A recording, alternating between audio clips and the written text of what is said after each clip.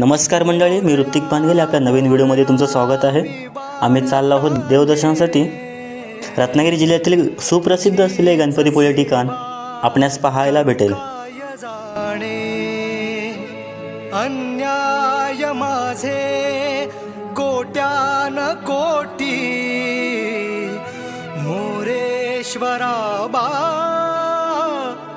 तू घाल पोटी। देवदर्शन झालं आणि आम्ही ह्या ठिकाणी 10 ते 15 मिनिटं बसलो होतो। 12 वाजले, बापाची आरती सुरू होते आणि हे बाहेरचं तुम्ही सुंदर असं दृश्य पाहू शकता।